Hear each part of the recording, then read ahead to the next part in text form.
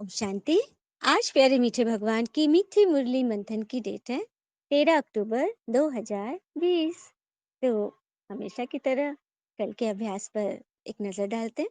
कल बाबा ने बोला था कि मैं तुम्हें इस संसार सागर में तैरना सिखा रहा हूँ। हम भक्ति में सुनते हैं ना, हे भगवान भव सागर पार कराओ। तो ये कौन सा भव सागर है और कैसे पार करते हैं, ये बाबा हमें बता रहे हैं। तो ये मुरली है, वो नाव जिस पर हम बैठकर इस भवसागर को पार करते हैं। बाबा हमें सिखा रहे हैं। ये प्रश्न था कि भगवान अपने मददगार बच्चों की कैसे मदद करते हैं। तो ईश्वर की जो सेवा में लगे रहते हैं, भगवान उनकी ऐसी मदद करते हैं कि उन्हें अभी से 21 जन्म किसी की मदद की दरकार ही नहीं रहती, भले और ही वो सबकी मदद करते हैं। उनका हाथ सदा ऊपर है रहता है, नीचे नहीं। हम्म, और वरदान दिया था, त्रिस्मृति में सदा रहो तो विजयी रतन बन जाएंगे। त्रिस्मृति क्या है? तो आत्मा, परमात्मा और ये ड्रामा, इन 3 बिंदुओं को जो समझ ले, वो कभी एक तो नाराज नहीं होगा, कभी दुखी नहीं होगा, कभी किसी बात में आश्चर्य नहीं खाएगा। बस भावी को तो चलना ही है। इस बात पे निश्चिंत रहते हैं। और जो निश्चिंत हो जाते हैं ना, हर परिस्थिति से कोई प्रॉब्लम आया, उसमें बिल्कुल नहीं फँसे और उसे अपनी शांत बुद्धि से, शक्तिशाली मन से उस पर विचार करते हैं, तो उसे बहुत जल्दी चलता कर देते हैं। और ये बच्चों के अनुभव भी है कि वो किस तरह से अपनी आप को सँभाले हुए हैं। तो चलिए, आज बाबा ने बोला, मैं आया हूँ तुम्हें घर का रास्ता बताने। तुम आत्म अभिमानी होकर रहो तो यह राह सहज देखने में आएगी। बहुत सुंदर बात है। भगवान हमें घर की राह बता रहे। कौन से घर के? अपने घर की। हम समझेंगे ना कि दुनिया में जो ईंट गारे का जो हम मकान बनाए, ये हमारा घर है, मतलब ये भारत हमारा देश है। नहीं, हमारा देश तो है परम धाम, और शांति धाम हमारा घर है। हम सभी एक्टर्स हैं। इस वर्ल्ड स्टेज पर हम पार्ट प्ले करने आए हैं, मेहमान हैं यहाँ हम। जब हम यह बात समझ लेंगे ना, तो कभी भी मेरापन और मैंपन में नहीं आएँगे कि यह मेरा है, वो तेरा है, हाँ? इसने मुझे ऐसे क्यों बोला? मतलब देह भान से ऊपर हो जाएँगे। आत्मिक भान में रहेंगे, खुद को भी आत्मा समझेंगे और सामने वाले को भी आत्मा समझेंगे। हुँ? और जब हम आत्मा समझेंगे तो ये दुनिया की जो चमक-दमक है ना, इन विनाशी चीज़ों से हम ऊपर उठ जाएँगे, क्योंकि ये चीज़ें हमें वो सुख नहीं दे सकती, जो कि आत्मा चाहती है। जैसे एक बार की बात है, एक राजा था, बहुत वीर, एकदम साम्राज्यवादी इच्छा से एकदम भरपूर, महत्वाकांक्षा इतनी ऊँची कि हर महीने वो छोटे-छोटे राज्यों पे चढ़ाई कर देता था, क्योंकि उसे अपनी सेना पर बहुत घमंड था, बड़ा वीर भी था, निडर भी था। तो जिन-जिन राज्यों पे वो हमला करता था, उन राज्यों का खजाना को अपने राजकोष में जमा करता था, और इस तरह से उसके पास असंख्य अपार हीरे, मोती, माणिक जमा, क्योंकि उसने बहुत सारे राज्य को जीता था। और वो हीरो लोग को क्या किया, जितने भी इसके खजाने थे ना, उसको जंगल की एक सुनसान गुफा में वहाँ रखता था, जमा करता था कि किसी की नज़र प्रजा-वजा की पड़े नहीं इस पे। हाँ, कोई डाकू लूट नहीं दे। मतलब एकदम सुनसान जगह रखता था। वो हम लोग कहानी सुने थे ना, अली बाबा 40 चोर की, कि वो एकदम सुनसान में खुल जा सिम-सिम करके वो गेट खुलता था, और पूरा हीरे जवाहर रत्नों के एकदम अपार भंडार थे वहाँ। तो शायद ये राजा उसी से प्रेरित हुआ होगा। उसने उसी तरह से एक जगह चुनी और उन हीरे मोती को उसमें रखा। और वो जो बड़ा-सा दरवाज़ा था एकदम लोहे का, उसकी सिर्फ़ 2 चाबी थी। 2 चाबी तो वैसे भी रहती है, तो एक ओरिजिनल राजा के पास और डुप्लीकेट जो उसका बहुत ही विश्वसनीय साथी था, उसका मंत्री, प्रधानमंत्री। इन दोनों के पास वो चाबी थी, बाकी किसी को भी कानो-कान खबर नहीं थी कि हमारे पास इतने खजाने हैं। मतलब इस तरह से राजा एकदम डूबा रहता था अपने खजानों के नशे में। एक बार की बात है, मंत्री कहीं बाहर गया हुआ था और राजा को शिकार खेलना था। तो वो अकेले ही आखेट पे निकल गया घोड़े से, क्योंकि अपने आप को बहुत वीर जो समझता था। तो घोड़े से निकला, तो उसी रास्ते से जा रहा था, तो सोचा कि मैं अपने खजाने ज़रा देख लूँ, क्योंकि वो जब भी उधर निकलता था ना, तो एकदम शौक से खजाना ज़रूर देखता था, आँखों को एकदम भर लेता था एकदम खुशी में, नैन सुख मिलता था उसको उनमें। तो वो अंदर गया और एकदम हीरे जवाहर रत्नों में एकदम माला-माल हो रहा है, एकदम माला बना रहा है, ये कर रहा है, खूब खुश एकदम। और और इधर उसी में डूबा हुआ था मगन, काफ़ी देर घंटों एकदम अंदर-अंदर था, एकदम गुफ़ा में और भी कमरे थे, पूरा भरा पड़ा था। ऐसे-ऐसे रत्न थे कि बस पूछो मत। दुनिया के बड़े से बड़े राजा के पास भी ऐसे रत्न नहीं थे जो इसके पास थे। और ये अंदर ही था, उधर मंत्री जब अपने काम से लौट रहा था, जो दूसरे शहर गया था, तो वो भी उसी मार्ग से जा रहा था। तो अचानक जब वो उधर से गुफ़ा के बगल से गुज़रा, तो देखा कि गेट खुला है। तब मंत्री ने सोचा कि अरे! मैं तो अभी कुछ दिन पहले ही राजा ने मुझसे रत्न यहाँ रखवाए थे, लूटा हुआ माल, तो लग रहा है मुझसे गलती से ना दरवाज़ा खुला रह गया है। और उसने क्या किया, अब देखिए कमाल है, और उसने उसके पास तो डुप्लीकेट चाबी थी ही, उसने दरवाज़ा बाहर से बंद कर दिया और राजा तो अंदर मगन है और मंत्री तो चल दिया, उसको तो पता ही नहीं। इधर जब राजा का मन एकदम भर गया, एकदम देख-देख के, छू-छू के एकदम उसका एकदम मन एकदम गदगद हो गया, तो निकला वो बाहर, गेट खोला तो गेट तो बंद और लोहे का दरवाज़ा। पीट रहा है सुनसान में, इतनी आवाज़ें लगा रहा है, लेकिन आवाज़ उसकी उसी तक गूँज कर रह जा रही, क्योंकि कोई सुनने वाला नहीं। करते-करते 1 दिन, 2 दिन, 3 दिन, 1 सप्ताह हो गया। खाने-पीने भूख से बेहाल, प्यास से गला सूख रहा है और चारों तरफ रत्न भरे हैं, चमक-दमक पूरा है। अब उसको उधर देखने का मन नहीं कर रहा है। एकदम एक समय तो ऐसा आया कि एकदम बेहोश हो गया वो। जब उठा तो हालत मतलब उठने लायक नहीं थी, हाथ नहीं उठ रहे थे उसके। तो ये स्थिति थी। अचानक रोते वो रत्नों से कह रहा है कि हे रत्न, तुम्हें लोग समझते हैं कि तुम दुनिया की हर चीज़ खरीद सकते हो, तो तुम मुझे एक घुट पानी पिला दो, एक निवाला भोजन कर दे दो। गिड़गिड़ा रहा है, रो रहा है, लेकिन कोई असर नहीं। उसको लगा कि अब मेरी जान नहीं बचने वाली है। तो उसको लगा कि मैं अंतिम संदेश कुछ दुनिया को दे के जाऊँ, और उसने उसी हीरे से अपनी उँगली काटी थोड़ी-सी और उसे दीवार पे एक मैसेज लिखा और वहीं पे उसके प्राण पखेरु उड़ गए। तो इधर कुछ दिन बीत गए, काफ़ी दिन बीत गए, राजा आया नहीं, महल में एकदम चारों तरफ एकदम हंगामा हो गया, खोज में सब लोग लगे हुए। मंत्री को लगा कि कहाँ गए होंगे राजा? हो ना हो, मैं खजाने में जाके पता नहीं, राजा तो मिल नहीं रहे हैं और राजा है नहीं, तो मैं जा रहा हूँ, कुछ खजाना निकाल कर ले आता हूँ। हाँ, मतलब अपने खर्चे के लिए। तो वहाँ गया, खोला गेट, तो आगे जाके रूम में देख कर ही, राजा को देख कर ही इसका तो एकदम मतलब साँसें इसकी एकदम अटक गई। मृत्यु की को प्राप्त हुआ राजा पड़ा है और दीवार पे खून से एक मैसेज लिखा हुआ है। उसमें लिखा है कि ज़िंदगी भर मैं इन रत्नों को, इन मोतियों को कमाने में गलत-सलत ढंग से लूट-खसोट करता रहा और जमा किया कि ये मेरी पीढ़ियों का सहारा देगा, मेरा सहारा देगा। लेकिन आज मुझे पता चला है कि ये रत्न किसी को एक निवाला रोटी और एक बूँद पानी भी नहीं दे सकते। ये कहकर जब उसने वो पढ़ा, तो मंत्री की भी आँखें खुल गई। तो ये कहानी, छोटी-सी कहानी, हमें कितना बड़ा मैसेज दे रही है कि जीवन भर बाबा भी तो यही कहते हैं ना कि विनाशी चीज़ें हैं, लेकिन उसे सिर्फ़ जीवन निर्वाह के लिए यूज़ करो। मतलब उसको उसके पीछे पागल नहीं होना और गलत तरीके से तो बिल्कुल भी नहीं करना। लोग आजकल है पैसे बहुत है तो बैंक में रखने से भी डरते हैं, इन्वेस्ट करते हैं। कुछ-कुछ कोई पेड़ खरीद लेते हैं, कोई कुछ मतलब स्टॉक्स में या कहीं भी किसी चीज़ में इन्वेस्ट करते हैं। तो हमें सबसे पहले अब इन्वेस्ट करना ही है, तो सबसे पहले अपनी सोल पे इन्वेस्ट करें। अपनी सोल को मतलब नवीन बनाएँ, उसे शक्तिशाली बनाएँ, सुदृढ़ बनाएँ, ताकि हम मेडिटेशन करें और ईश्वरीय याद में चलें और अपना और सबका जीवन बनाएँ। तो कितनी सुंदर बात है ना? ये कहानी हमें कितना बड़ा मैसेज देती है। प्रश्न है, संगम पर कौन-सी ऐसी नॉलेज मिली है, जिससे सतयुगी देवताएँ मोहजीत कहलाए? तो संगम पर बाबा हमें यही तो बताते हैं कि मोहजीत रहो, किसी भी चीज़ में आँख नहीं डूबनी चाहिए।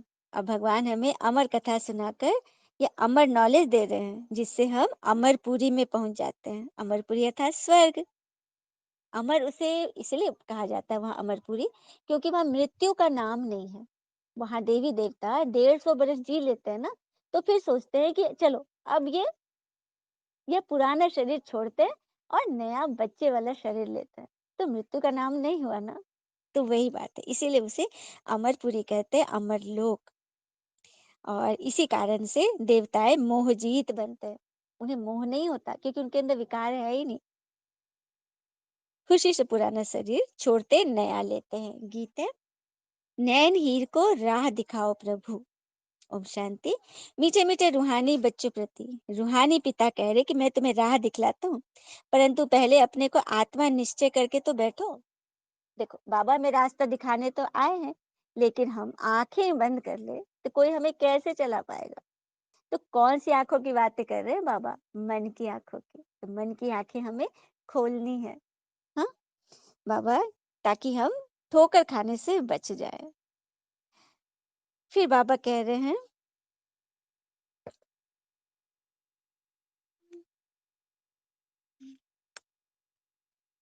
सच्चा सच्चा सत्संग यही है। यहाँ तुम सत्य पिता को याद करते हो जो ऊंचे ते ऊंचे भगवान है, और मैं हूँ रचता जिनसे तुम्हें वर्षा मिलता है।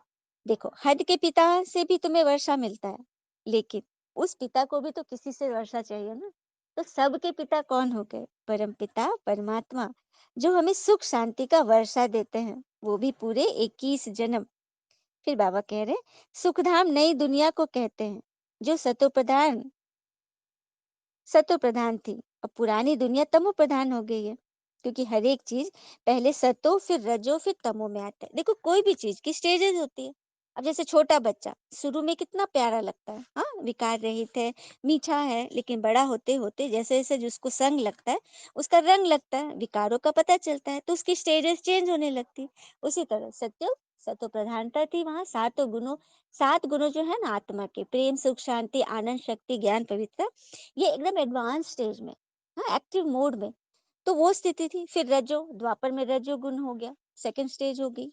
हाँ, और फिर तमोगुनी, तमो माने अंधकार, एकदम अंधकार हो गया, काला युग, इसीलिए तो कलयुग कहते हैं, कलह कलेश का युग।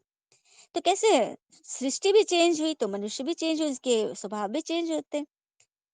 इसी कारण जब काला युग हो गया तो तमो प्रधानता होगी कलयुग में, इसी कारण कोई अपने को देवता नहीं कहला सकते, लज्जा आती है ना। तभी तो हम आरती में क्या गाते हैं? हम नीच कपटी कामी विषय विकारी चरणों की धूल, यही तो गाते हैं ना। हम निर्गुण हारे में कोई गुण नाही, नैनहीन को राह दिखाओ। मैंने अपने को इतना गिरा के रख लिया है, जो कि अभी तुम बच्चे जानते हो कि हम ही पहले पूज्य थे, जो अभी पुजारी बन गए, अपने ही दिव्य स्वरूप को पूज रहे हैं।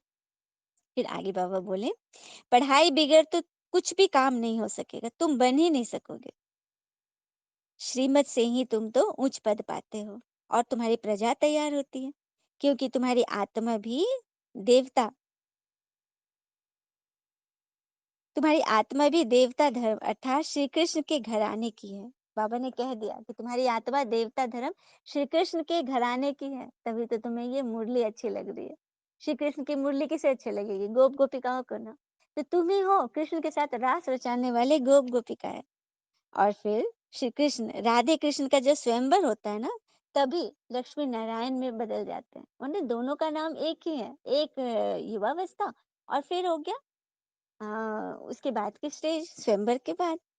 फिर बाबा ने सबसे खराब काम बाइस्कोप देखना बोला, क्योंकि आजकल तो उसकी स्थिति हम सभी देख ही रहे हैं। ये बाइस्कोप, ये जो सिनेमा आदि का जो हंगामा है, सबको समझ में आ रहा है कि क्या हो रहा है। इसीलिए बाबा कहते हैं, देवता बनना है तो तपस्या करनी है। ये तपस्या ही है कि जिसको बहुत आदी थे इन सब चीजों के, उनसे थोड़ा कम ही करते जाना है, और अपने आप को एक नई दिशा देनी है, अपनी सोच को। फिर आगे बाबा बोल रहे, भक्ति मार्ग की सामग्री में तुम कितना खर्चा करते आए, हाँ, देवी देवताओं की मिट्टी की मूर्तियां बनाते, श्रृंगारते, पूजा करते, फिर डुबो देते, तो मिलता क्या है? बाबा पूछ रहे हैं। सच बात है, हम कुछ भी अगर अनुष्ठान करते, कुछ बड़ा सा मूर्ति रखते, पंडाल सजाते, तो क्या करते? बस करने करने में ही मन लगा रहता है। ये करना है, वो करना है, ये ना छूट जाए, ऐसी विधि, ऐसे पंडित को बुलाऊंगे, 11 पंडित बुलाएंगे, ये इतना कलश रखाएंगे। मतलब कितना ज्यादा बस बस करने में ही बुद्धि जा रही है। मन शांत कितना कितना देर रहता है? कितने सेकंड रहता है? हम्म? तो बस हलचल हलचल हलचल। तो उसमें शांति मने, उसमें हमें प्राप्ति क्या होगी? किया, मन लगा रहा, बस उतना ही। तो अभी तुम्हें ज्ञान का तीसरा नेत्र मिलता है, जिससे तुम अमरपुरी के मालिक बनते हो। बाकी यहाँ तो अनेक आदि गुरु आदि भी करते रहते हैं, अनेकों गुरु करते, जिनकी हर एक की अपनी-अपनी मतें होंगी। अब देखो, जितने व्यक्ति होंगे, सबके अपने विचार हैं ना, अपनी-अपनी मतें हैं, इसी से तो इतनी भटकन है। तो मैं ही तुम्हें संतुष्ट करता हूँ, जिससे तुम यहाँ आकर तुम्हारी सारी भटकनें समाप्त हो जाती है। तो ऐसे पिता को कितना प्यार से याद करना चाहिए, क्योंकि याद से ही तो पाप कटते हैं। जितना जास्ती औरों को समझाएंगे, उतना ही प्रजा बनती जाएगी और उच्च पद मिलेगा। अच्छा, मीठे मीठे बच्चों प्रति भगवान की नमस्ते। हम बच्चों की भी प्यारे शिव पिता को नमस्ते। और बाबा दिल से सभी आत्माओं की तरफ से आपको very very very good morning.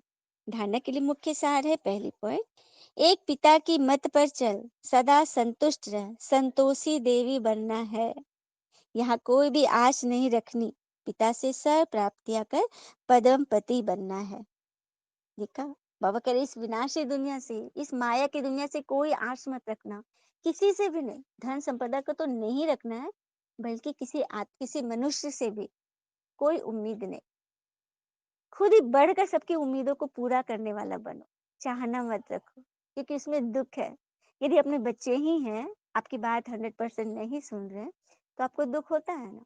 हम्म तो बस स्वीकार कर लो कि उनका भी स्वभाव है, उनका भी नेचर है, और वे बहुत अच्छे हैं। इस तरह से हमें सोचना है। दूसरी पर, सबसे गंदा बनाने वाला बाइस्कोप, सिनेमा आदि नहीं देखना है। तुम बहादुर हो तो हद और बेहद के इस राज को समझो और औरों को भी समझाओ। वरदान है, फुल स्टॉप की स्टेज द्वारा प्रकृति की हलचल को स्टॉप करने वाले प्रकृति पति भव। फुल स्टॉप की स्टेज द्वारा प्रकृति की हलचल को समाप्त करने वाले, स्टॉप लगाने वाले प्रकृति पति भव। कैसे? तो वर्तमान समय हलचल बढ़ने का समय है। फाइनल पेपर में एक तरफ प्रकृति का और दूसरी तरफ 5 विकारों का विकराल रूप होगा। तमोगुनी आत्माओं का वार और पुराने संस्कार सब लास्ट समय पर अपना चांस लेंगे। देखा, बाबा ने आगे के पेपर का क्वेश्चन हमें बता दिया कि क्या आने वाला। कितना सुंदर टीचर है। देखो, कोई भी दुनिया में टीचर होते हैं तो चीटिंग इस तरह से नहीं कराते कि देखो ये पेपर आने वाला है, इसकी तैयारी कर लो। लेकिन बाबा ने तो क्लियर बता दिया कि फाइनल पेपर में क्या क्या आएगा। एक तो प्रकृति का हलचल आएगा, वो तो हम देख ही रहे हैं, इस तरह से हो रहा है, ट्रेलर तो शुरू हो चुकी है। कि 5 विकारों का विकराल रूप, हमारे अंदर जो विकार होंगे, काम क्रोध लोभ मोह अहंकार ईर्ष्या, ये सब फुल फोर्स से हमें अटैक करेंगे। यदि एक भी विकार अंदर रह गया ना, तो वो लास्ट समय में विकराल रूप धारण कर लेगा। जैसे किसी को गुस्सा करने की आदत है, चिड़चिड़ करने की आदत है, इरिटेट होने की, हाँ, किसी की बात पकड़ने की, तो लास्ट समय में ये पूरा पावर भरेगा और ज्यादा हम पावरफुल हो जाएगा। हमारा ये विकराल मतलब एकदम रावण बढ़ते चला जाएगा। फिर क्या होगा? तमोगुनी आत्माओं का वार। हमारे साथ जो कलयुगी आत्माएं हैं, हमारे अगल बगल आसपास जो भी, उनका वार होगा, उनके तरह तरह के ताने वाने चलेंगे, उससे बचना है। फिर अपने पुराने संस्कार, हम्म लास्ट समय में सब अपना अपना चांस लेंगे। तो ऐसे समय पर समेटने की शक्ति द्वारा अभी अभी साकारी, अभी अभी आकारी और अभी अभी निराकारी स्थिति में स्थित होने का अभ्यास करो। आई बात समझ में? कैसे हम समेटेंगे? सामने से हमला हो रहा है, अपने आप को क्या समझ ले रहा है? आकारी, कि मैं तो सूक्ष्म रूप में, मैं तो लाइट का शरीर है मेरा, मैं तो देह हूँ ही नहीं। इस बहाने देह जब नहीं समझेंगे तो फिर किसी की बात लगेगी ही नहीं। हुँ? तो इस तरह से फिर निराकारी स्थिति में बीज रूप में परमधाम में चले जाएँ, बाबा से सब शेयर कर दें। तो ऐसा अभ्यास चाहिए। देखते हुए भी न देखो, सुनते हुए भी न सुनो। जब ऐसी फुल स्टॉप की स्टेज हो, तब प्रकृति पति बन प्रकृति की हलचल को स्टॉप कर सकेंगे। स्लोगन, निर्विघ्न राज्य अधिकारी बनने के लिए निर्विघ्न सेवाधारी बनो। देखो, हम राजा तो बनेंगे, लेकिन जो राजा पे बराबर अटैक हो रहा है, हमले हो रहे हैं, हार जीत लगी रहती है, तो वैसा राज्य नहीं चाहिए ना। तो निर्विघ्न, कि हमारे राज्य में कोई हमला ही नहीं करे। हम हमें सब हमसे सब प्यार करे, हमें सब अच्छा समझे, सब हमारे बात माने। तो ऐसा राजा बनना, ऐसा निर्विघ्न राजा बनना है। तो अभी संगम पर निर्विघ्न सेवाधारी बनो। आप किसी की सेवा कर रहे हो, लेकिन वो आपको नहीं समझ रहा है, वो आपको निंदा कर रहा है, हाँ, आपके पीछे पड़ा है, तो उस विघन से बच जाओ। तो क्या करना है? नम्रता का कवच धारण करो और हर विघन से ऊपर उठ जाओ। अच्छा, ओम शांति, शुक्रिया मीठे बाबा। वो बाबा के प्यारे-प्यारे बच्चे, थैंक यू बाबा। All is well, always. ओम शांति।